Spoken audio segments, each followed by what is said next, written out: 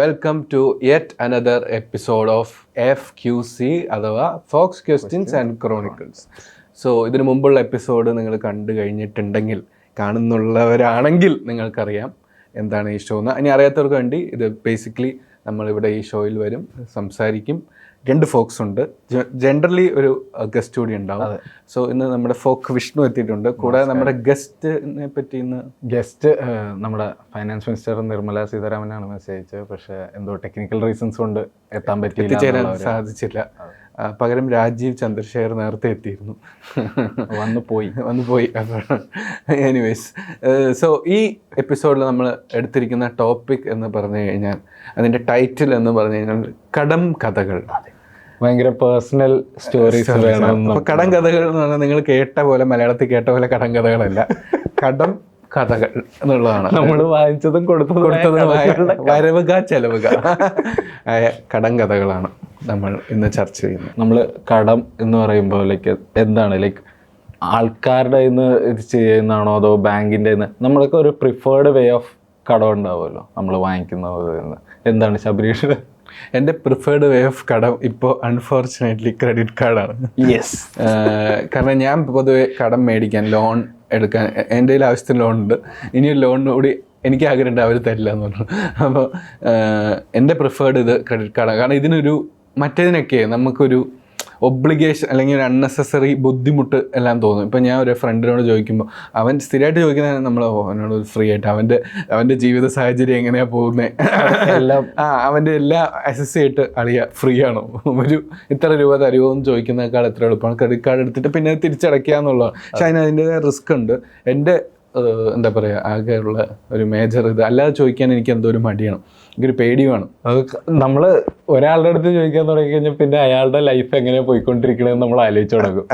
അവൻ ഇപ്പൊ ജോലി ചെയ്യുന്നുണ്ടോ, എന്ത് ജോലി ചെയ്യുന്നു, എത്ര ശമ്പളം കാണും. അതെ. പിന്നെ ആളുകൾ നമ്മളോടും ചോദിക്കുന്നത്, എനിക്ക് തോന്നുന്നു എന്നോട് ഇതിനു മുമ്പ് ചോദിച്ചേക്കുന്നത്, ഞാൻ TV ഷോയിൽ പോയിട്ട് പൈസ വിൻ ചെയ്യുന്നു. അപ്പോൾ ഈ പൈസ ആളുകൾ കാണുമല്ലോ, അപ്പോൾ ഇത് ലിറ്ററലി മറ്റേ ആർട്ട് ഡിപ്പാർട്ട്മെന്റിന്റെ പൈസയാണ്. ഇപ്പോൾ ഒരു തവണ എന്നോട് സ്ഥിരമായിട്ട് ഇത് കഴിയുമ്പോൾ LIC ആളുകൾ വിളിച്ചു തുടങ്ങി, പോളിസി എടുക്കുമെന്ന് വെച്ചു. പിന്നെ കുറേ പേര് വിളിച്ചിട്ട്, എടാ ഒരു ചുമ്മാ പണ്ടൊക്കെ 5000-2000 രൂപ വെക്കുന്നവരൊക്കെ ഇപ്പോൾ 30 രൂപ ഇട്ടേന്നൊക്കെ, 30 രൂപ ഇട്ട് അടുത്ത മാസം തിരിച്ചു തരാം. അപ്പം ഞാൻ ഇവർക്കൊക്കെ വേണ്ടി ആർട്ട് ഡിപ്പാർട്ട്മെൻറ്റ് അവരോട് പറഞ്ഞിട്ട് 2 നോട്ട് ഞാൻ പോക്കറ്റിൽ കരുതി. എന്നിട്ട് ഇനി ചോദിക്കുന്നവർക്ക് ഞാൻ ആർട്ട് ഡിപ്പാർട്ട്മെൻറ്റ് ആ നോട്ട് കൊടുക്കാം. എൻ്റെ ഇതല്ലേ ഉള്ളൂ, ഇത് കറങ്ങി വരുമ്പോൾ സമയമാവുമല്ലോ. അപ്പം അങ്ങനത്തെ ആളുകൾ നമ്മളെയും അസസ് ചെയ്തിട്ടാണ് കടം ചോദിക്കുന്നതെന്ന് തോന്നുന്നു. എൻ്റെ പ്രിഫേർഡ് മെത്തേഡ് ക്രെഡിറ്റ് കാർഡാണ്. വിഷ്ണുവിൻ്റെ ഏതാണ്? Credit card. എനിക്കാണ് കേരളത്തിലോട്ട് മിക്ക ആൾക്കാരും ഒരേ ലൈനിൽ തന്നെ. ക്രെഡിറ്റ് കാർഡിന് ലിമിറ്റ് പറഞ്ഞ പോലെ എനിക്ക് ഏറ്റവും ഇഷ്ടമുള്ള കാര്യം അതാ. ആദ്യം തുടങ്ങുമ്പോൾ ആദ്യമായിട്ട് എടുക്കുന്ന ക്രെഡിറ്റ് കാർഡിന് മാത്രം അവർ ലിമിറ്റ് ഇത്ര തരാൻ പറ്റുള്ളൂ എന്നാണ്. ഒരു പ്രാവശ്യം യൂസ് ചെയ്ത് തുടങ്ങിക്കഴിഞ്ഞാൽ പിന്നെ ലിമിറ്റ് അവർ തന്നെ ഒരു മെസ്സേജ് അയക്കൂ, 1.5 ലക്ഷം രൂപ ആക്കൂ ലിമിറ്റ് എന്ന് പറഞ്ഞിട്ട് ഇത് വന്നുകൊണ്ടിരിക്കും. ഞാനപ്പോൾ എപ്പോഴും ആലോചിക്കാറുള്ള ഒരു പോയിന്റ്, ഇവര് ഇത്രയും ലിമിറ്റ് തരുന്നത് ഇവര് ആലോചിച്ചിട്ടാണോ ഈ തരുന്നത് എന്നുള്ളത് എനിക്ക് തിരിച്ചടയ്ക്കാൻ പറ്റുന്നത്. അല്ല, ഇതിന്റെ ബേസിക്കലി വർക്ക് ചെയ്യുന്നത് എനിക്ക് മനസ്സിലാവുന്നത്, ഇപ്പോൾ 1-2 തവണ നമ്മൾ മുടങ്ങിയാൽ പോലും അവർ നമുക്ക് തരുന്നതിനേക്കാൾ ഡബിൾ ലാഭമാണ്. കാരണം അതിൻ്റെ ഇൻട്രസ്റ്റ് അത്രയും ഹൈ ആണ്. അപ്പോൾ നമ്മളിപ്പോൾ ഒരു SBIയുടെ ക്രെഡിറ്റ് കാർഡാണ് ഉപയോഗിക്കുന്നത്, ഒരു 30 പേര് എടുത്തിട്ടുണ്ടെങ്കിൽ അതിൽ 2 പേര് മുടങ്ങിയാൽ പോലും ബാക്കിയുള്ളവർക്ക് ലാഭത്തിൽ ഓടാനുള്ള അത്രയും കാശ് അവരുണ്ടാക്കുന്നുണ്ട് എന്നുള്ളതാണ്. പക്ഷെ എനിക്ക് ഏറ്റവും ബുദ്ധിമുട്ട് തോന്നുന്നു, ഈ അടുത്ത് എന്നോട് പെട്രോൾ പമ്പിൽ വെച്ചിട്ട് ഒരു ടീം ചോദിച്ചു, പെട്രോൾ കാർഡ് നോക്കുന്നുണ്ടോ എന്ന്. അപ്പം ഞാൻ എൻ്റെ ഓൾറെഡി 2 ക്രെഡിറ്റ് കാർഡ് ഉണ്ട്. അപ്പം ഞാൻ വളരെ സ്നേഹത്തോടു കൂടി വേണ്ട എന്ന്. പിന്നെ ആ പയ്യൻ ചോദിച്ച് അവൻ്റെ ടാർഗറ്റ് എന്തോ അച്ചീവ് ചെയ്യുന്ന സീനിൽ എന്തോ കാര്യം പറഞ്ഞപ്പോൾ ഞാൻ കരുതി എന്നാൽ നോക്കാം എന്ന് പറഞ്ഞു.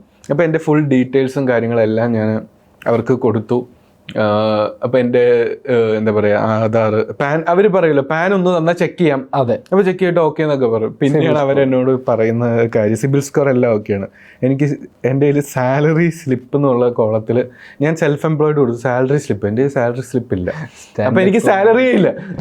സ്റ്റാൻഡപ്പ് കൊമേഡിയനും മന്ത്ലി സാലറി ഇല്ല എവിടെ. അപ്പോൾ അവർ കുറേ നേരം നോക്കിയിട്ട് അവർ കുറേ നേരം അവിടെ വിളിക്കുന്നു ഇവിടെ വിളിക്കുന്നു. കാരണം ഇവർ ഇതിന് മുമ്പ് ഇങ്ങനത്തെ ഒരു കേസ് അറ്റൻഡ് ചെയ്തിട്ടില്ല. ഒന്നില്ലെങ്കിൽ ബിസിനസ് അല്ലെങ്കിൽ ഇത് സെൽഫ് എംപ്ലോയിഡ് എന്ന് പറയുന്ന ഒരു കാറ്റഗറിയിലാണ് നമ്മൾ വരിക. അപ്പോൾ ഇവർ ഫുള്ള് നോക്കിയിട്ട് എന്നെ ഇങ്ങനെ നോക്കുന്നു. ഞാൻ അവസാനം പറഞ്ഞു പോട്ടെ സാരില്ല.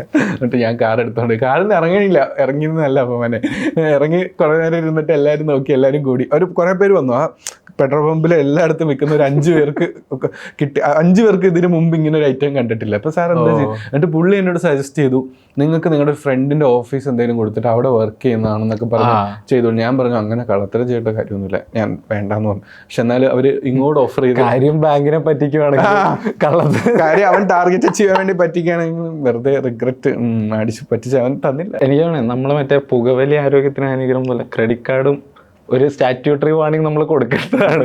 മ്യൂച്വൽ ഫണ്ടിനുണ്ട്.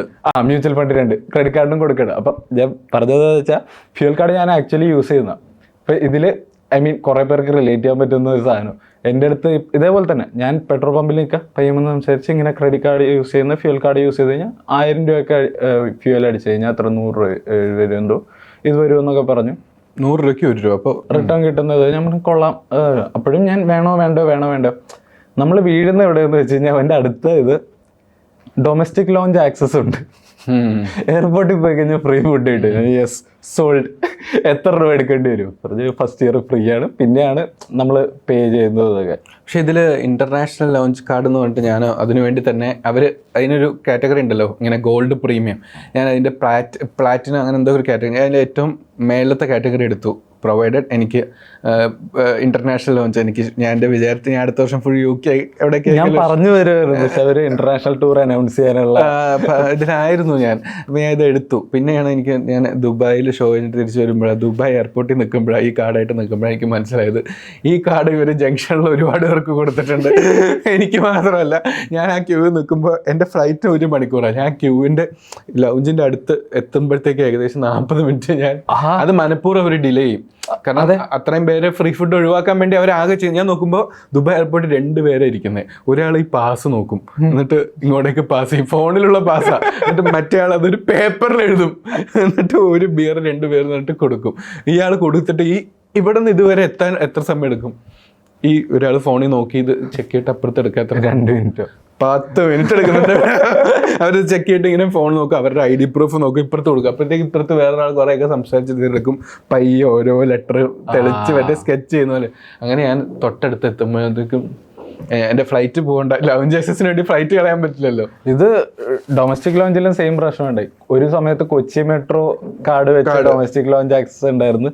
ഇതേപോലെ തന്നെ എയർപോർട്ടുകളിൽ ക്യൂ കൂടിയിട്ട് പ്രീമിയം ലോഞ്ചുകൾ ഉണ്ടാക്കാൻ തുടങ്ങി എയർപോർട്ട്. ബാംഗ്ലൂർ മുംബൈയൊക്കെ സാധാരണ കാർഡ് ഉപയോഗിച്ചുള്ള ലോഞ്ച് അല്ലാണ്ട് പേ ചെയ്യാനുള്ള സെപ്പറേറ്റ് ലോഞ്ച് ഉണ്ടാക്കി തുടങ്ങി, അത്രയും ക്യൂ ആയിട്ട്. പക്ഷെ ഇതിന് മാത്രമേ ഈ ബെനിഫിറ്റ് ഉള്ളൂ. ബാങ്ക് നമുക്ക് കടം തന്നിട്ട് നമുക്ക് വേറെ കുറേ ബെനിഫിറ്റ് തരുന്ന ഒറ്റ പരിപാടി എനിക്ക് തോന്നുന്നു ഈ ക്രെഡിറ്റ് കാർഡാണ്. വേറെ എല്ലാ ഫോം ഓഫ് എന്താ പറയുക ക്രെഡിറ്റ്സിനും നമ്മൾ കുറ്റക്കാരനാണ്. അതെ, കൂട്ടുകാരൻ്റെ വാങ്ങിച്ചു കഴിഞ്ഞാൽ ലോഞ്ച് ആക്സസ് കിട്ടില്ല.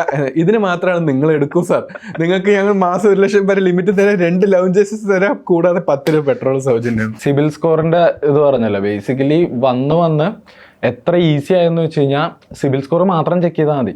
ഇപ്പോൾ ഫൈനാൻസ്, ഇപ്പോൾ വണ്ടി എടുക്കുകയാണെങ്കിൽ തന്നെ ബജാജ് ഫൈനാൻസ് എല്ലാ ദിവസവും എല്ലാവരും വിളിച്ചുകൊണ്ടിരിക്കുകയാണ് ലോൺ വേണം. സിബിൽ സ്കോർ മാത്രം ചെക്ക് ചെയ്താൽ മതി. ഞാൻ ഇത് ആദ്യമായിട്ട് അന്വേഷിച്ച് തുടങ്ങിയപ്പോഴാണ് ഞാൻ നോക്കിയത് ഗവൺമെൻറ് ഇതാണോന്ന്. ഗവൺമെൻറ് അല്ല സിബിൽ സ്കോർ ആക്ച്വലി ട്രാക്ക് ചെയ്യുന്നത്, ഗവൺമെൻറ് അപ്രൂവ്ഡ് പ്രൈവറ്റ് ഏജൻസീസാണ്. ലൈക്ക് അവർക്ക് ഇഷ്ടമുള്ള പോലത്തെ റൂൾസ് വെച്ചിട്ടാണ് നമ്മുടെ ഇത് അളന്നുകൊണ്ടിരിക്കുന്നത്. ഒരിടയ്ക്ക് ആരോ എന്നോട് പറഞ്ഞു സിബിൽ സ്കോർ 2 തവണ ചെക്ക് ചെയ്ത് കഴിഞ്ഞാൽ സിബിൽ സ്കോർ കുറയും. എനിക്ക് എത്രയാന്ന് അറിയുമ്പോൾ 2 പോയിന്റ് പോയി.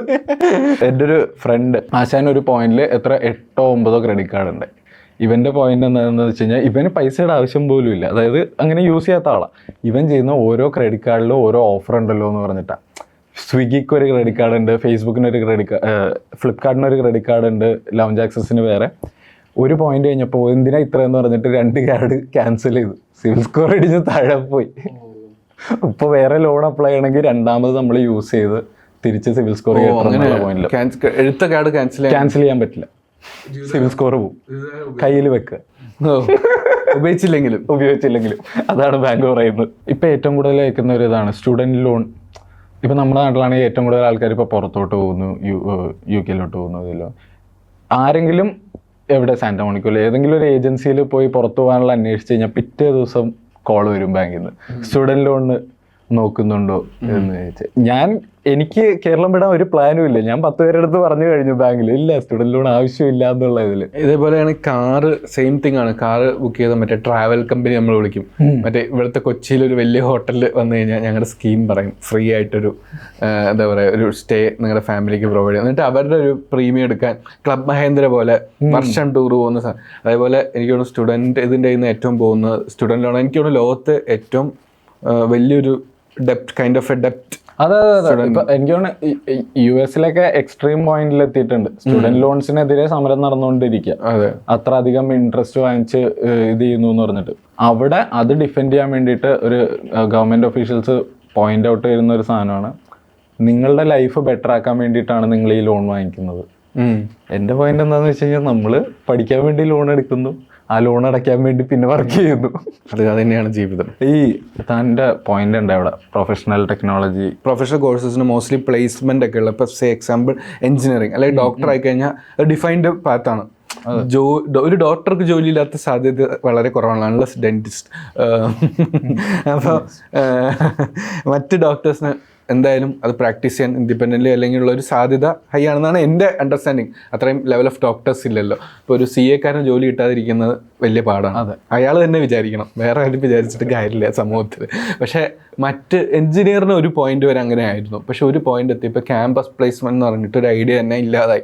എല്ലാവർക്കും കിട്ടണം നിർബന്ധമില്ല. അപ്പോൾ തന്നെ അവർ മറ്റേ ഇതിൻ്റെ CGPA കൂട്ടി വെച്ചു. പിന്നെ പറഞ്ഞു ഒരു സപ്ലി പോലെ, പിന്നെ പറഞ്ഞു 12 80% വേണമെന്ന് പറഞ്ഞു, പിന്നെ പറഞ്ഞു 10 കൂടി വേണമെന്ന് പറഞ്ഞു, പിന്നെ പറഞ്ഞു ജനിച്ചപ്പോൾ നല്ല CBSE സ്കൂളിൽ പഠിക്കണം.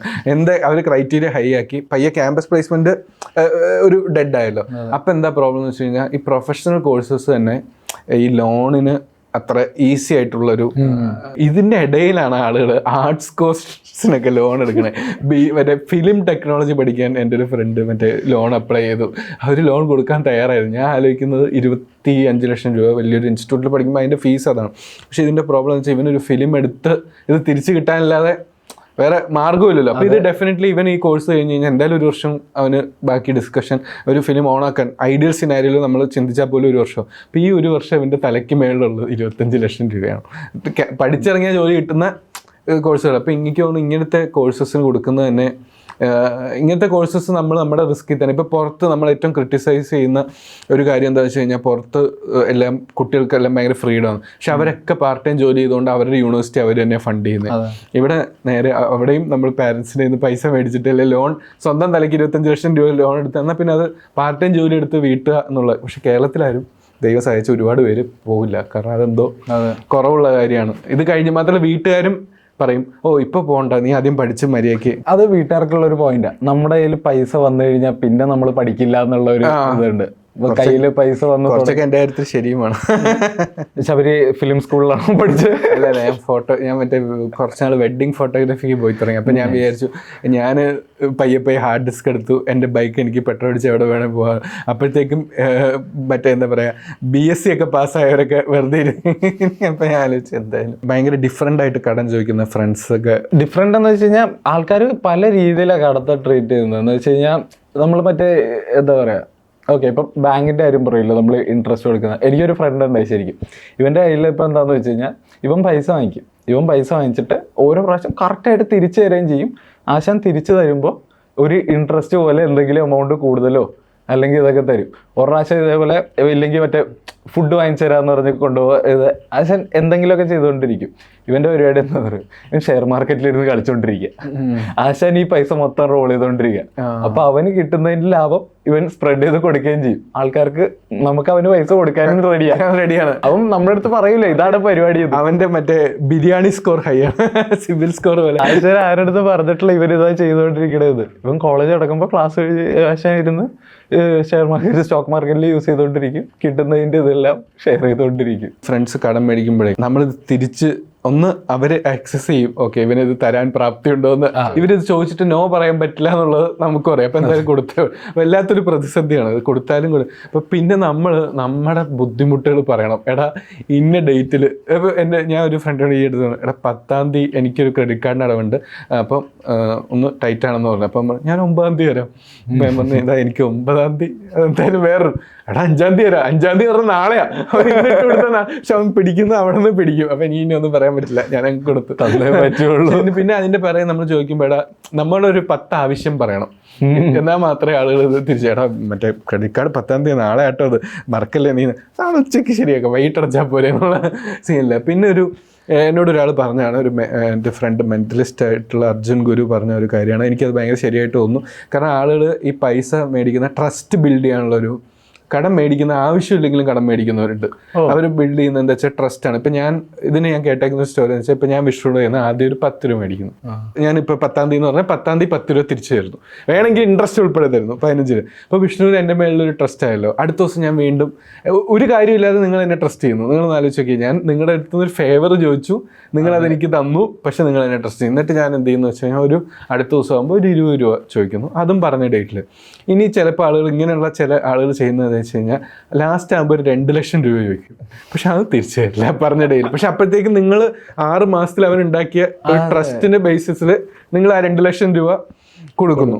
അപ്പോൾ ആ കൊടുക്കുന്ന പൈസ ഇനി ഇതിൻ്റെ ഈ അടുത്ത് ഞാൻ കേട്ട വേറൊരു FMCG വെർഷൻ ഉണ്ട്. ഇതേപോലെ ദുബായിൽ ഒരു ഫ്രണ്ട് ബിസിനസ് ചെയ്യായിരുന്നു. അദ്ദേഹം പറഞ്ഞപ്പോൾ എനിക്ക് ഈ സ്റ്റോറി അദ്ദേഹം പറഞ്ഞത് എന്താ വെച്ചാൽ, ഇയാൾ ഒരു സ്ഥാപനമായിട്ട് വർക്ക് ചെയ്തു. അപ്പോൾ ഫുൾ പൈസ ഇവർ കണ്ടെയ്നർ എത്തിച്ചു കഴിഞ്ഞാൽ X എമൗണ്ട് കൊടുക്കും. അപ്പോൾ ആദ്യം അങ്ങനെ കൊടുത്തു, പറഞ്ഞ ഡേറ്റിൽ കണ്ടെയ്നർ എത്തി, ഇയാൾക്ക് ആ കണ്ടെയ്നർ വെച്ച് പ്രോഫിറ്റായി. ഒരു ദിവസം ഈ ആള് വിളിച്ചിട്ട് പറഞ്ഞു, എനിക്ക് ഇത്തവണ ഇച്ചിരി ടൈറ്റാണ്, നിങ്ങൾ 2 കണ്ടെയ്നറുടെ പൈസ, അപ്പോഴത്തേക്ക് 6 month ആയി, 2 കണ്ടെയ്നറുടെ പൈസ അഡ്വാൻസ് ഇട്ടോളൂ, ഞാൻ ഈ പറഞ്ഞ ഡേറ്റിൽ തന്നെ. ഇവരൊന്നും അങ്ങനെ ചിന്തിച്ചില്ല, ഇവരങ്ങ് ഇട്ട് കൊടുത്തു. 2 കണ്ടെയ്നറും വന്നില്ല, ഇയാളും വന്നില്ല. ദുബായിൽ അവിടെ ഓഫീസും ഇല്ല, എല്ലാവരും സ്കൂട്ടായി. ആ 2 കണ്ടെയ്നറിന് മേൽ അവർക്കുള്ള നഷ്ടം ഏകദേശം ഒരു വലിയ തുകയാണ്. അപ്പോൾ ഇങ്ങനെ ആളുകൾ ഈ പൈസ ഇങ്ങനെ ട്രസ്റ്റ് മേടിച്ചിട്ട് എപ്പോഴാണ് ഇത് ബ്രേക്ക് ആവുക, എപ്പോഴാണ് ഏത് നിമിഷത്തിലാണ് നമ്മൾ അപ്പം നമുക്ക് 10,000 രൂപ ഇവൻ്റെ ട്രസ്റ്റ് വളരുമ്പോൾ 10,000 രൂപ വലിയ എമൗണ്ട് അല്ലാതാവും. അപ്പോൾ ഈസിലി നമ്മൾ കൊടുക്കുകയും ചിലപ്പോൾ അങ്ങനെ വഞ്ചിക്കപ്പെട്ട ഒരുപാട് പേരുണ്ട്. എനിക്ക് തോന്നുന്നു അതിന് UPI വലിയൊരു റോള് കളിച്ചിട്ടുണ്ട്. അതെ. പണ്ട് നേരിട്ട് കാശ് കൊടുക്കാൻ ഇല്ലടാ ഞാനിവിടെ ഇല്ലാന്നെങ്കിലും പറയാം. അവിടെ ചെന്നാൽ മറ്റേ ആളുകൾ പറയും അവൻ അവിടെ ഞാൻ കടം മേടിച്ചിട്ടുണ്ട്, ആ വശത്തേക്ക് വരുന്നില്ല.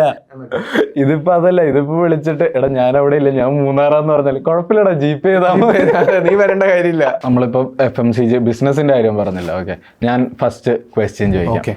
ഏറ്റവും അധികം ഡെപ്റ്റ് ഉള്ള ഇന്ത്യൻ ബിസിനസ്മാൻ ആരാ? അംബാനിയല്ല, അദാനിയാണ്. ഓക്കെ, ഗൗതം അദാനിയാണ്. ഇന്ത്യസ് റിച്ചസ്റ്റ് മാൻ ആണ്, ഇന്ത്യയിൽ ഏറ്റവും കൂടുതൽ ഡെപ്റ്റിൽ കിടക്കുന്നത്. പുള്ളിയുടെ കണക്ക് പറയുന്നത് അദാനി ഗ്രൂപ്പിന്റെ 2.4 ലക്ഷം കോടിയാണ് financial year 2024 loan amount according to CNBC. Correct നമ്മൾ പറയണമല്ലോ.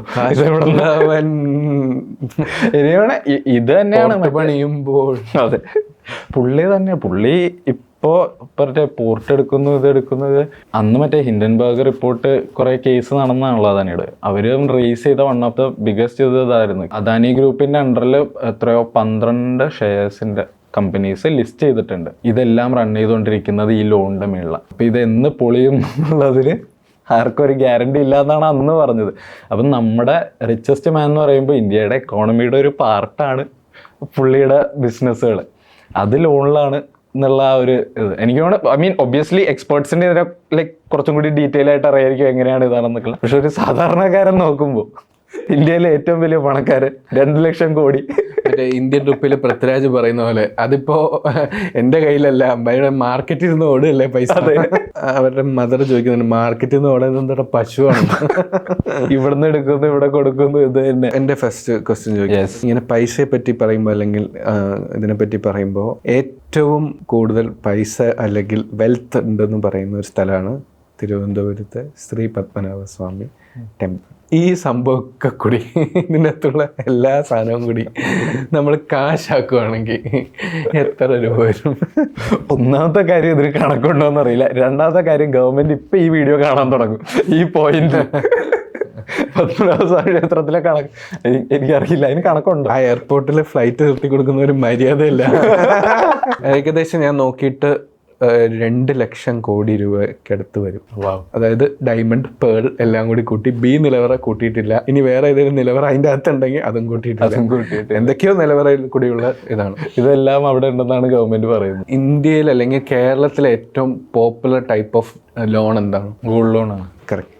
അതിന് റീസൺ എന്താന്ന് അറിയാമോ? നമ്മള് സ്വർണ്ണമാണ് ഒരു പറഞ്ഞ പോലെ, ഐ മീൻ സ്ത്രീകൾക്ക്, സൗത്ത് ഇന്ത്യൻ സ്ത്രീകളാണ് ഏറ്റവും കൂടുതൽ സ്വർണം യൂസ് ചെയ്യുന്നത് എന്നുള്ളൊരു സ്റ്റാറ്റിസ്റ്റിക്സ് ഞാൻ പണ്ടോടെ വായിച്ചിട്ടുണ്ട്. നമ്മൾ പറഞ്ഞ പോലെ സ്ത്രീകൾക്ക് ഇൻഡിപെൻഡന്റ് ആവാൻ വേണ്ടിയിട്ട് നമ്മൾ പണ്ട് തൊട്ടേ നിങ്ങളുടെ കയ്യിൽ ഒന്നുമില്ലെങ്കിൽ നിങ്ങളുടെ താലിമാല ഉണ്ടാവും എന്ന് പറഞ്ഞിട്ടാണ് സ്വർണം കൊടുക്കുന്നതെന്ന് പറഞ്ഞിട്ട്. അതേപോലെ തന്നെയാണ് മോഹൻലാൽ പരസ്യത്തിൽ എന്ന് പറയുന്നത്, വീട്ടിൽ സ്വർണം വെച്ചിട്ട് എന്തിനാ.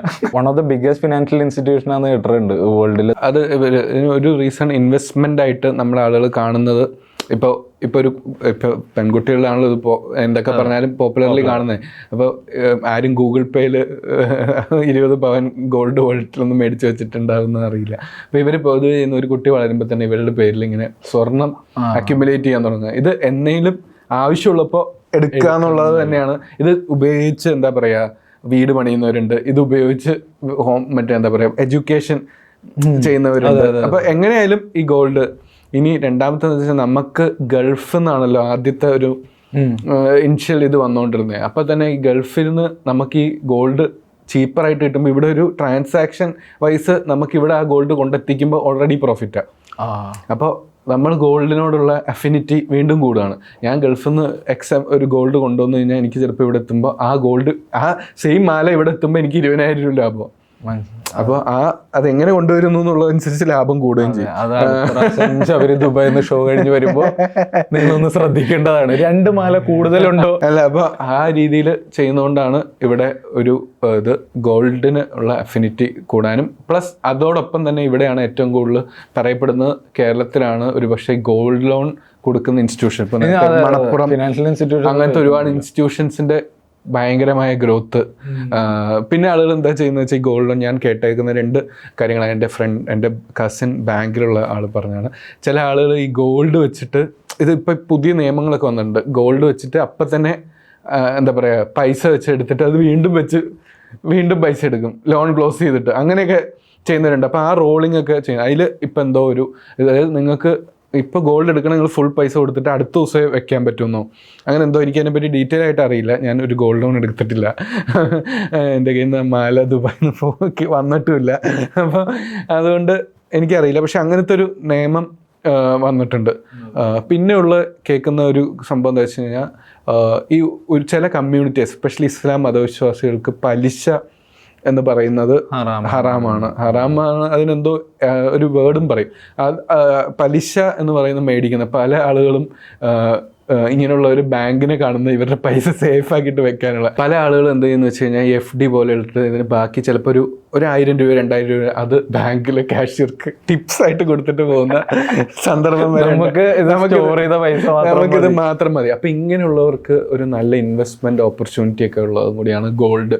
അല്ലെങ്കിൽ വേറെ ആണ്, കാരണം ഇതിന് പലിശ വരുന്നത് ലീഗലി ആണ്. ഇതിന്റെ വാല്യൂ കൂടുമ്പോൾ ഇത് നമ്മൾ വിൽക്കുന്നു, അതിന്റെ ഇത് ലീഗലാണ്. അപ്പം അങ്ങനെയുള്ളവർക്കാണ് പൊതുവെ എനിക്ക് തോന്നുന്നു ഒരു പക്ഷേ ആ കമ്മ്യൂണിറ്റി ഉള്ളവരോട് പൊതുവെ ആളുകൾ പറയുന്നത് ബിസിനസ് അക്യുമെൻ അവർക്ക് കൂടുതലാണ്. കാരണം അവരുടെ കയ്യിൽ 1,00,000 രൂപ ഇട്ട് കഴിഞ്ഞാൽ അവർ ആദ്യം ചിന്തിക്കുന്നത് ഇത് വെച്ച് എന്ത് കച്ചവടം ചെയ്യാമെന്നാണ്. അപ്പോൾ അല്ലാതെ ഇത് FD ഇട്ടിട്ട് ഇതിന്ന് ഇത്ര വർഷം കൊണ്ട് ഇത്ര എന്നുള്ളത് സ്റ്റോപ്പ് ചെയ്തു. അതെനിക്ക് തോന്നുന്നു ഇത് എഴുതിയവരുടെ ജീനിയസ് ആണ്. കാരണം ഈ പൈസ ഇങ്ങനെ അന്ന് ബാങ്കുകളൊന്നുമില്ല, പലിശയും കിട്ടില്ലായിരിക്കും. ഇത് മറ്റ് കച്ചവടം ചെയ്യാൻ യൂസ് ചെയ്യാന്നുള്ള സ്മാർട്ട്നെസ് ആയിരിക്കും തോന്നുന്നു. ആക്ച്വലി സ്വർണത്തിലോട്ട് ഇൻവെസ്റ്റ് ചെയ്യാൻ സൗത്ത് ഇന്ത്യൻസ് കാണിച്ചതും അതേപോലെ തന്നെ സ്മാർട്ട്നെസ് തന്നെയാണ്. ഇത് എൻ്റെ ഫോക്സ് ക്വസ്റ്റ്യൻസ് കണക്കുള്ള ക്വസ്റ്റ്യൻ ആയിട്ടും കൂട്ടണം, അതല്ലെങ്കിലും കുഴപ്പമില്ല.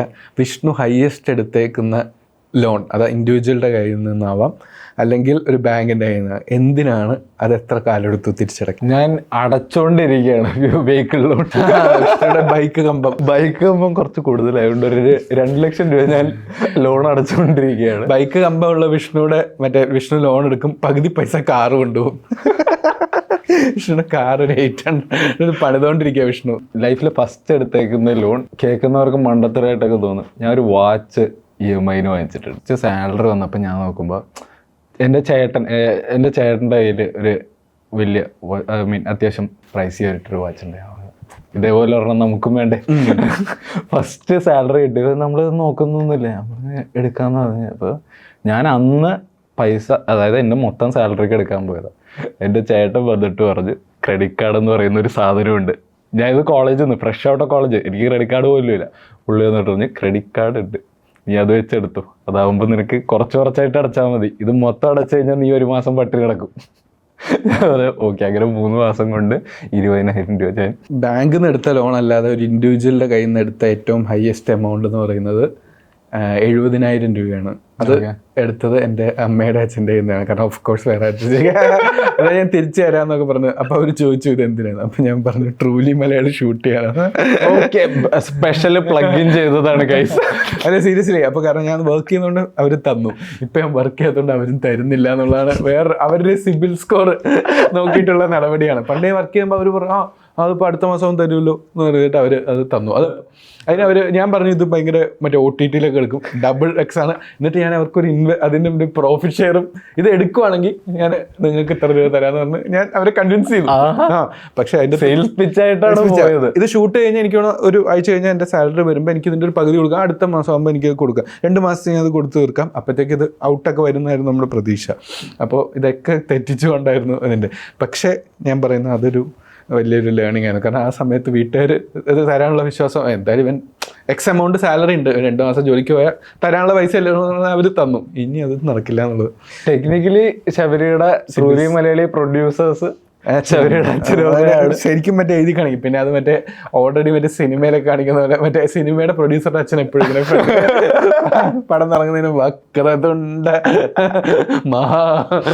അങ്ങനെ വരുന്നതുകൊണ്ട് അത് ഒഴിവാക്കി. ബാങ്കില് ലോൺ അപ്ലൈ ചെയ്യുമ്പോൾ സിവിൽ സ്കോർ അവര് ഇത് ചെയ്യുന്ന പോലെ ശബരി ഇനി അടുത്ത പ്രാവശ്യം വീട്ടുകാരുടെ അടുത്ത് പൈസ വയ്ക്കുമ്പോൾ ഒരു ട്രൂലി മലയാളി വ്യൂസ് എത്ര 50K കടന്നു.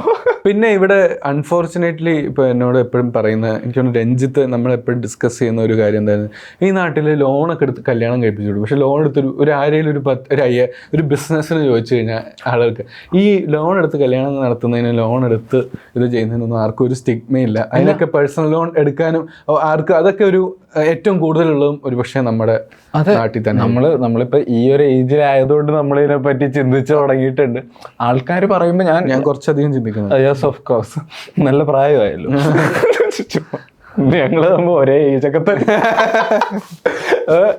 ലൈക്ക് ആൾക്കാര് എപ്പോഴും ലൈക്ക് നമ്മൾ ചെറുപ്പം തൊട്ടേ കേൾക്കുന്ന ഒരു സാധനം, കടം വാങ്ങിച്ചിട്ട് കച്ചവടം ചെയ്യരുത്, നഷ്ടത്തിലായി കഴിഞ്ഞാൽ എന്ത് ചെയ്യും, നിങ്ങൾ ഇതായിപ്പോ. ആൾക്കാര് 20 ലക്ഷം രൂപ ലോൺ, പേഴ്സണൽ ലോൺ എടുത്തിട്ട് കല്യാണം നടത്തുന്നതിന് ആർക്കും പ്രശ്നമില്ല. അത് എന്തായാലും നഷ്ടമായിരിക്കും, അത് പ്രോഫിറ്റിലാവുന്ന ഒരു പ്രശ്നമില്ല. അതൊന്ന് ആകെ കിട്ടുന്നത് സാമ്പാറിന് കഷ്ണം പോരാ, പായസം 2 ഉണ്ടായുള്ളൂ, എന്നാലും അതിന് എടുക്കുന്നതിന് കുഴപ്പമില്ല. എന്തിനും ഈ പാക്കേജുകളുണ്ട്, ഈ വണ്ടികൾ, ആഡംബര കാറ്, നിങ്ങളൊന്ന് ആലോചിക്കുക, എല്ലാ ഗ്രൂമും വന്നിറങ്ങുന്ന കാറുകളും നോക്കി അവൻ്റെ കയ്യിലില്ലാത്ത കാറാണ്. അപ്പോൾ ഇത് കാണിക്കാൻ വേണ്ടി അവനൊരു ചിലവ് 25,000 രൂപയുണ്ട്. എല്ലാവരും നിൽക്കുന്ന എന്താ പറയുക, ഇതിൻ്റെ പല അറ്റത്തും നിൽക്കുന്ന സാധനം സ്വന്തം വണ്ടിക്കൊന്നും വന്നിറങ്ങിയാൽ പോരാ. ഇത് കല്യാണമല്ലേ, നല്ലൊരു ദിവസമായിട്ട് വാച്ചുകൾ, ഇങ്ങനത്തെ സംഭവങ്ങളൊക്കെ റെന്റൽ കൊടുക്കുന്ന കട വരെ മേടിക്കുന്നവൻ വലിയ ഇതിനു വേണ്ടി മേടിച്ച. പിന്നെ ചിലതൊക്കെ അസെറ്റാണ്. ഇപ്പം ഇങ്ങനത്തെ ഒരു സംഭവം പലരും ഗോൾഡൊക്കെ അതിൽ അസെറ്റായിട്ട് കണ്ടു. അല്ല, ചില സാധനങ്ങൾ ഒരു കല്യാണത്തിന് നല്ല വാച്ച് മേടിച്ചു, ഷർട്ട് ഇട്ടു എന്നുള്ളതല്ല. പക്ഷെ ഇത് അതിനും അപ്പുറം.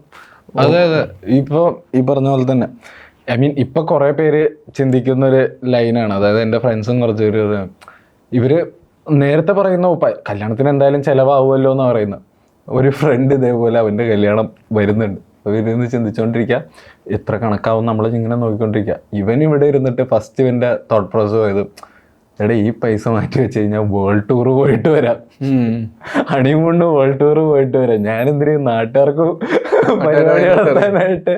കടപ്പാട് എന്ന് പറയുന്ന വാക്ക് തന്നെ ഉണ്ടാവുന്ന എനിക്ക് തോന്നുന്നു. ഇങ്ങനെ കടം കൊടുത്തിട്ട് ഇങ്ങനെ കൊടുക്കാൻ ഒരു ഒബ്ലിഗേഷൻ. മലയാളത്തിന്റെ വാക്ക് കടപ്പാട് എന്നാണ്. ഒബ്ലിഗേഷൻ ആണ് ഇംഗ്ലീഷ് വേർഡ് എങ്കിൽ മലയാളത്തിൽ കടപ്പാട് എന്നാണ് അതിന്റെ ഇത്. അതെന്ന് വെച്ച് കഴിഞ്ഞാൽ ബേസിക്കലി അപ്പം മലയാളത്തിൽ ഒബ്ലിഗേഷൻ എന്ന് പറഞ്ഞാൽ ഇപ്പോൾ വിഷ്ണു എനിക്ക് വേണ്ടി ചിലപ്പോൾ നല്ലൊരു കാര്യം ചെയ്യുമ്പോൾ എനിക്ക് വിഷ്ണുവിടെ ഒരു ഒബ്ലിഗേഷൻ ഉണ്ടാവും. ഒരു 10 ഷോ ഓപ്പണിംഗ് ആക്ട് വരുമ്പോൾ അടുത്ത വിഷ്ണു ഇതിന് എനിക്കൊരു ഒബ്ലിഗേഷൻ, 12 വിഷ്ണുവിനൊരു നല്ല എനിക്ക് ഇന്റൻഷനലി ഒരു ഒബ്ലിഗേഷൻ വന്നാൽ അതിന് പേരും. പക്ഷെ മലയാളത്തിൽ അതിന് പേര് കടപ്പാട് എന്നാണ്. അതായത് മലയാളത്തിൽ എവിടെയോ ഇതിന് പൈസ തരുന്നവനെ മാത്രമേ നമുക്ക് സ്നേഹം കടപ്പെട്ടിരിക്കുന്നുള്ളത് കൊണ്ടാണോ കടപ്പാടെന്നാണ് എൻ്റെ വേർഡ് എന്താണെന്നുള്ളത് പരിശോധിക്കണം. ഈ ഇടയായിട്ട് നമ്മൾ കുറെ കേട്ടുകൊണ്ടിരിക്കുന്ന സാധനമാണ് മറ്റേ വേൾഡ് ബാങ്കിന്റെ കാര്യമൊക്കെ. പാകിസ്ഥാനുമായിട്ട് യുദ്ധം വരുന്നു എന്ന് പറഞ്ഞപ്പോൾ തന്നെ പത്രം വായിക്കാത്തവർക്ക് പോലും എല്ലാവർക്കും അറിയാം പാകിസ്ഥാൻ്റെ കയ്യിൽ പൈസ ഇല്ല, എന്തുകൊണ്ടാണ് ഇല്ലാത്ത, വേൾഡ് ബാങ്കിന്റെ കടത്തിലാണ് അവർ ഓടിക്കൊണ്ടിരിക്കുക. ഇന്ത്യ എന്ന കൺട്രി, അതായത് 1947 നമ്മൾ ഇൻഡിപെൻഡൻസ് വാങ്ങിച്ചിട്ട് ആദ്യമായി എടുത്ത ലോൺ എന്തിനാണെന്നറിയോ? വലിയൊരു എമൗണ്ട് ഇന്ത്യ 1948 ആദ്യമായിട്ട് ലോൺ വാങ്ങിച്ചിട്ടുണ്ട്. എനിക്ക് കൃത്യമായിട്ട് അറിയില്ല, പക്ഷെ എനിക്കിതിന് ഇന്ത്യയിലെ ഏറ്റവും ഇന്ത്യൻ ഗവൺമെന്റിന് ഏറ്റവും ചെലവുള്ള ഒരു കാര്യം ഒന്ന് ആലോചിച്ച് നോക്കിയത്. ഇൻഫ്രാസ്ട്രക്ചറിൽ അതെ റെയിൽവേസ് ഉണ്ടാക്കാൻ വേണ്ടിയിട്ടാണ്. 34 മില്യൺ ആയിരുന്നു 1948 bank for reconstruction and development എന്ന് പറഞ്ഞാൽ. അവരാണ് ഇപ്പോഴത്തെ വേൾഡ് ബാങ്ക് 1948 വാങ്ങിക്കുന്നത്. അതിൻ്റെ ഒരു രണ്ട് ഫൺ ഫാക്ട് എന്താണെന്ന് വെച്ച് കഴിഞ്ഞാൽ, ഇത് ഇന്ത്യൻ റെയിൽവേസിന്റെ റീഹാബിലിറ്റേഷന് വേണ്ടിയിട്ടായിരുന്നു. വേൾഡ് ബാങ്കിന്റെ ഫസ്റ്റ് ലോൺ ആയിരുന്നു. വേൾഡ് ബാങ്ക് ഏഷ്യൻ കൺട്രിയിൽ ഏഷ്യയിലോട്ട് ആദ്യമായിട്ട് 5 പൈസ തരുന്നത് ഇന്ത്യക്കാർ ചോദിച്ചിട്ടാണ്. അത് സൈൻ ചെയ്തത് വിജയലക്ഷ്മി പണ്ഡിറ്റ് എന്ന് പറഞ്ഞിട്ട് ഒരു ഇന്ത്യക്കാരി തന്നെയാണ്, വേൾഡ് ബാങ്കിൽ വർക്ക് ചെയ്യുന്നത്. അതായിരുന്നു ഫസ്റ്റ് ലോൺ 1948. അവര് അത് എത്ര വർഷത്തിൽ അടച്ചു തീർത്തു എന്ന് നമുക്കറിയില്ല, പക്ഷെ ഇപ്പോഴും എനിക്ക് തോന്നുന്നു അതിന്റെ അടവ് നടന്നുകൊണ്ടിരിക്കുന്നുണ്ട്. എല്ലാ മാസവും 1-ാം തീയതി. ഒരു ഫെറാറി EMI വാങ്ങിക്കാൻ പറ്റുമോ ഇല്ലയോ? ഒബ്വിയസ്ലി വാങ്ങിക്കാൻ പറ്റും, പക്ഷെ എനിക്ക് തരില്ല എന്നുള്ളതാണ്. ഇവിടെ ക്രെഡിറ്റ് കാർഡ് തരുന്നില്ല. ഫെറാറി ടെസ്റ്റ് ഡ്രൈവിന് പോലും തരുമെന്ന് സംശയമുണ്ട്. ഞാനതിന്റെ കണക്കൊന്ന് നോക്കി. ഇന്ത്യയിലെ ചീപ്പസ്റ്റ് ഫെറാറി പോർട്ടോഫിനോ എന്ന് പറഞ്ഞ ഒരു ഇതാണ്. Okay, V8 model. On road ഡൽഹിയിൽ 4.3 കോടി വരും വണ്ടി. അപ്പോൾ ഞാൻ ഇതിന്റെ EMI സ്ട്രക്ചർ ഒന്ന് ആലോചിച്ച് നോക്കി, ഇത് എത്ര രൂപ അടയ്ക്കേണ്ടി വരും. ഓക്കെ, നമ്മൾ ഫെറാറി ഒരെണ്ണം വാങ്ങിക്കുവാണെങ്കിൽ, പോർട്ടോഫിനോ വാങ്ങിക്കുവാണെങ്കിൽ ഡൗൺ പേയ്മെന്റ് 10% മിനിമം അടയ്ക്കണം. 10 to 20% മിനിമം അടച്ചിരിക്കണം. അപ്പോൾ ഇതിൻ്റെ 3.5 കോടി എക്സ് ഷോറൂം പ്രൈസിൻ്റെ 10%, 35 ലക്ഷം നമ്മൾ ഡൗൺ പേയ്മെന്റ് കൊടുക്കും. 35 കൊടുത്താൽ മതി. ഒരു ഹ്യുണ്ടായി വാങ്ങിക്കുന്ന പൈസ കൊടുത്താൽ മതി. ബജാജ് ഫൈനാൻസ് ഇൻട്രസ്റ്റ് കൊടുക്കുന്നത് 8.6%. Okay, flat rate. 10 വർഷത്തേക്ക് ഓരോ മാസം 4,58,000 രൂപ കൊടുത്തു കഴിഞ്ഞാൽ ഒരു ഫെറാറി നമുക്ക് സ്വന്തമാക്കാം. 10 വർഷത്തേക്ക് മാസം 4.5 ലക്ഷം. ഇനി ഇതിന്റെ മെയിൻ്റെനൻസ് ഒക്കെ എക്സ്ട്രാ. നമ്മളെന്തിനാ അതിനെപ്പറ്റി ചിന്തിക്കുന്നത്? നമ്മുടേതല്ലല്ലോ. കരക്കാരെ എപ്പോ വേണേ കൊണ്ടുപോകുമല്ലോ. നമ്മൾ 4 കോടിക്ക് ഫെറാറി എങ്ങനെ വാങ്ങിക്കാന്ന് ആലോചിച്ചുകൊണ്ടിരിക്കുക. 2-3 പ്രാവശ്യം ബജാജ് ഫൈനാൻസിന്റെ കാര്യം പറഞ്ഞു. ഞാൻ ഇത്ര പാഷനേറ്റ്ലി ഇവരെ പറ്റി സംസാരിക്കുന്നതെന്ന് വെച്ച് കഴിഞ്ഞാൽ, ഇവര് മാത്രമാണ് എന്നെ എല്ലാ ദിവസവും വിളിക്കുന്നത്. കാരണം ഓൾറെഡി എൻ്റെ പേരിൽ ഒരു EMI നടക്കുന്നുണ്ട്. എന്നാലും അവർ വിളിക്കും, ഇനിയും വേണമെന്ന് ചോദിച്ചാൽ. അതായത് എൻ്റെ നിന്ന് നടക്കുന്നുണ്ടെന്ന് പറഞ്ഞു.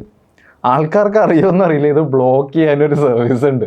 ഓക്കെ, അവരുടെ സൈറ്റിൽ പോയിട്ട് ഡു നോട്ട് കോൾ എന്ന് പറഞ്ഞിട്ട് ഒരു ഓപ്ഷൻ ഉണ്ട് നമുക്ക് ചെയ്തിടാൻ പറ്റുന്ന. ഇത് കേൾക്കുന്നവർ, അതെ, ഞാൻ പറഞ്ഞു കൊടുക്കുവാണ്, ഞാൻ ചെയ്തിട്ടുണ്ട്, നിങ്ങളും ചെയ്യുക. പക്ഷെ എനിക്ക് ഇതിൽ ഏറ്റവും ഇവർ വിളിക്കുന്നത്, ഇവരിങ്ങനെ വിളിച്ചിട്ട് പലപ്പോഴും സർ നമസ്കാരം, ഭയങ്കര സ്നേഹത്തിൽ വിളിക്കും. Sir is it a good time to talk എന്നൊക്കെ. അപ്പോൾ നമ്മൾ യെസ് എന്ന് പറയുമ്പോൾ, സർ കൺഗ്രാജുലേഷൻസ്, HDFCയുടെ പ്രീ അപ്രൂവ്ഡ് ക്രെഡിറ്റ് കാർഡ് നിങ്ങൾക്ക് സാങ്ഷൻ ആയിട്ടുണ്ട്. ഞാൻ എപ്പോഴാണ് കളക്ട് ചെയ്യുന്നത്? ഞാൻ അപ്ലൈ പോലും ചെയ്തിട്ടില്ല. പ്രീ അപ്രൂവ്ഡ് മാക്സിമം ലിമിറ്റ് ഇത്ര അങ്ങനെ വെച്ചിട്ട് വിളിക്കുന്നുണ്ട്. പറയുന്നത് കേട്ട് കഴിഞ്ഞാൽ നമ്മളെന്തോ മറ്റേ അവാർഡ് നേടിയുള്ള കൺഗ്രാജുലേഷൻസ് അങ്ങനെ. എനിക്കെപ്പോഴും വരാം. ഓരോ ആൾക്കാർ പല രീതിയിലാണല്ലോ പ്രൊമോഷണൽ കോൾസിന് എടുക്കുന്നത്. ഇപ്പം ഞാനൊക്കെ ആണെങ്കിൽ ഇതാണെന്ന് മനസ്സിലാക്കി കഴിഞ്ഞാൽ മാക്സിമം എത്ര പെട്ടെന്ന് കട്ട് ചെയ്യാൻ നോക്കാം. ഞാൻ നോക്കിയപ്പോൾ എൻ്റെ ഒരു ഫ്രണ്ട് ഉണ്ട്, സന്ദീപ് എന്ന് പറഞ്ഞ്, ഇവൻ സംസാരിച്ചുകൊണ്ടിരിക്കുക. അല്ല ഇപ്പോൾ നോക്കുന്നില്ല എന്നൊക്കെ പറഞ്ഞ് ഭയങ്കര കുറേ നേരം സംസാരിച്ചുകൊണ്ടിരിക്കുക. ഞാൻ ആരാന്ന് വെച്ചപ്പോൾ ആക്സിസ് ബാങ്കിൽ നിന്ന് ലോൺ വേണമെന്ന് ചോദിച്ചു വിളിച്ചാൽ, അങ്ങനെയാണ് ഇത്രയും നേരം സംസാരിക്കട്ടെ. ഇവൻ പറഞ്ഞ പോയിന്റ്, അവർക്ക് ഇത്ര സെക്കൻഡ് ഒരു കോൾ മെയിൻറ്റെയിൻ ചെയ്ത് കഴിഞ്ഞാൽ അത് അവർക്കൊരു എന്തോ ടാർഗറ്റിൽ ആഡ് ചെയ്യാൻ പറ്റും. ഇത്ര നേരം സംസാരിക്കും, റിട്ടൻഷൻ. ഇവൻ അവർക്ക് വേണ്ടിയിട്ട് ഇവിടെ ഇരുന്ന് സംസാരിച്ചുകൊണ്ടിരിക്കുക. അതെ, എനിക്ക് ഇവൻ വർക്ക് ചെയ്തിട്ടുണ്ടോന്ന് എനിക്ക് ഡൗട്ട് ഉണ്ട് ബാങ്കിൽ. ഇവ ഇരുന്നിട്ട് ഫുൾ വേദന 2 മിനിറ്റ് സംസാരിച്ച് കഴിഞ്ഞിട്ട് ഓക്കെ താങ്ക് യു ശരി എന്നൊക്കെ പറഞ്ഞ് ഫോൺ കിട്ടി. ഞാൻ വർക്ക് ചെയ്തിട്ട് കുറെ പല സമയത്ത് എനിക്ക് പറ്റിയേക്കുന്നത് വെച്ചാൽ, ചില ആളുകൾ ഒരു പോയിന്റ് എത്തുമ്പോൾ നമ്മൾ പൈസ ചോദിക്കുന്നേക്കാൾ നഷ്ടമാണ്. ചോദിച്ച് സമയം കളയേണ്ട കാര്യമില്ല, കിട്ടില്ല എന്ന് പറഞ്ഞാൽ എഴുത്തള്ളുന്ന പരിപാടി ഉണ്ടല്ലോ. അതായത് ഈ ബാങ്കുകൾ കടങ്ങൾ എഴുത്തള്ളുന്ന പോലെ, അതായത് നമ്മളെല്ലാവരും ചെയ്യുന്നത്. അങ്ങനെ ഇതിനും വിഷ്ണു ഏതെങ്കിലും ഇതിന് കൊടുത്തിട്ട് അങ്ങനെ ഏകദേശം എത്ര രൂപയൊക്കെ എഴുത്തള്ളിയിട്ടുണ്ടാവും? അല്ലെങ്കിൽ രൂപ പറഞ്ഞില്ലെങ്കിലും കുഴപ്പമില്ല, എന്തൊക്കെ രീതിയിൽ ആളുകൾ അങ്ങനെ എടുത്തിട്ടുണ്ട്? ഇല്ല, ഇപ്പൊ എൻ്റെ ഒരു പേഴ്സണൽ ഇത് എന്താന്ന് വെച്ച് കഴിഞ്ഞാൽ, ഞാൻ അങ്ങനെ എൻ്റെ അടുത്ത് ഇന്നേ വരെ ഭാഗ്യവശാൽ ക്ലോസ് ആയിട്ടുള്ള ആൾക്കാർ മാത്രമേ ചോദിച്ചിട്ടുള്ളൂ. അപ്പൊ കൊടുക്കുവാണെങ്കിൽ തന്നെ മിക്കതും തിരിച്ചു കിട്ടിയിട്ടുണ്ട്. കിട്ടാത്തത് ഈ പറഞ്ഞ പോലെ ചെറിയ എമൗണ്ട് 500, 1000 ഒക്കെയാണ്. അത് പിന്നെ നമുക്കറിയാം, ഈ പറഞ്ഞ പോലെ കൊടുക്കുമ്പോൾ തന്നെ ഏകദേശം നമുക്കൊരു ഐഡിയ ഉണ്ട്. അതേപോലെ തന്നെയാണ് വീട്ടുകാർ പറഞ്ഞിട്ട് കൊടുക്കുന്ന ഒരു സംഭവം ഉണ്ടല്ലോ, ആ ഒരു അവിടുത്തെ അമ്മാമ്മേനെ കാണാൻ പോകുമ്പോൾ അവർക്ക് കുറച്ച് പൈസ ഒന്ന് കൊടുത്ത്, അത് കൊടുക്കുമ്പോൾ തന്നെ നമുക്കറിയാം ഇതിന് തിരിച്ചു വരാമുള്ള. അപ്പൊ മാക്സിമം നമ്മൾ തന്നെ മനസ്സിലാലോചിക്കും എത്ര രൂപ കൊടുക്കാൻ പറ്റും, 1000 രൂപ, 2000 രൂപ, അതിൽ കൂടുതൽ. പക്ഷെ എന്നെ ഇങ്ങനെ എന്താ പറയാ, ഞാൻ കടം മേടിച്ചിട്ട് ചോദിക്കുന്ന പോലെയാണ് പല വർക്കിൽ ഞാൻ വർക്ക് ചെയ്തിട്ട് പൈസ വയ്ക്കുന്നത്. അന്നാണ് ഞാൻ മനസ്സിലാക്കിയത് ഞാനൊരു സെൽഫ് എംപ്ലോയിഡ് ആളല്ല, ഞാൻ ഫ്രീലാൻസറാണെന്ന്, ഫ്രീ ആയിട്ട് വർക്ക് ചെയ്യാൻ നിൽക്കുന്ന ഒരാളാണെന്ന്. കാരണം ഞാനിത് പലപ്പോഴും വിളിക്കുമ്പോൾ ഇവർ പറയുന്നത് മറ്റേ സൈനിങ് അതോറിറ്റി ഇല്ല. അപ്പം ഞാൻ ലിറ്ററലി കടക്കാരനെ പോലെ. അപ്പോൾ ഇവർ പറയും ഇന്ന് തരാൻ പറ്റില്ല, ഞാൻ ഇപ്പോൾ പറഞ്ഞില്ലേ ഉള്ളൂ, മനസ്സിലാക്കുമെന്നൊക്കെ. വർക്ക് ചെയ്ത് പൈസ ചോദിക്കുന്നത്.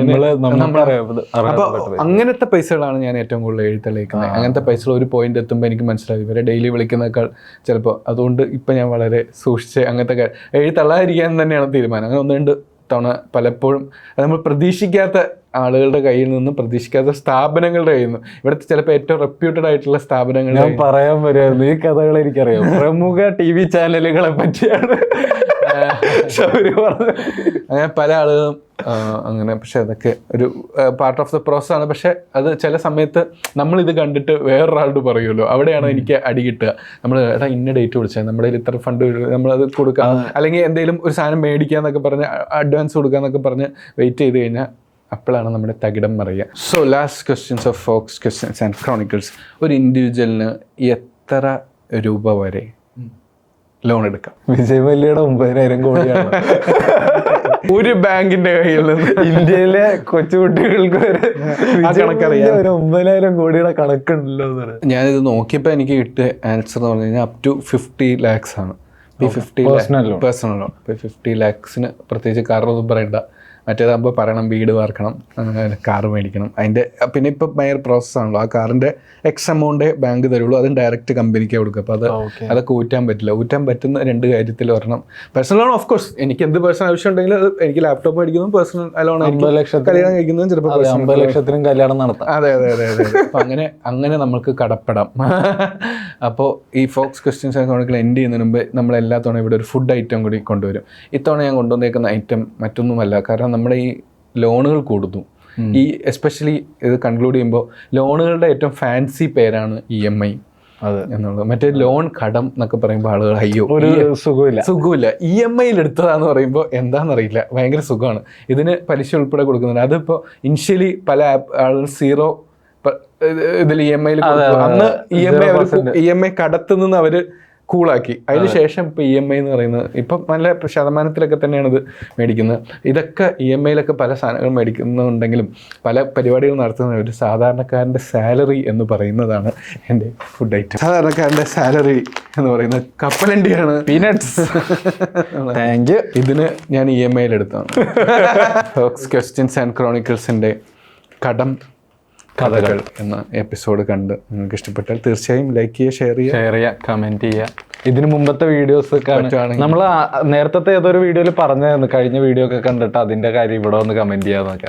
ആരും ഇതൊരു ചെയ്തിരുന്നില്ല. എല്ലാവരും അത് ചെയ്യുക. അടുത്ത എപ്പിസോഡിൽ ഞങ്ങൾ ഫോക്സിന്റെ ഒപ്പം വേറൊരു ഫോക്ക് പറ്റുവാണെങ്കിൽ വരും. പുതിയൊരു എപ്പിസോഡുമായി വീണ്ടും കാണുന്നവരെ.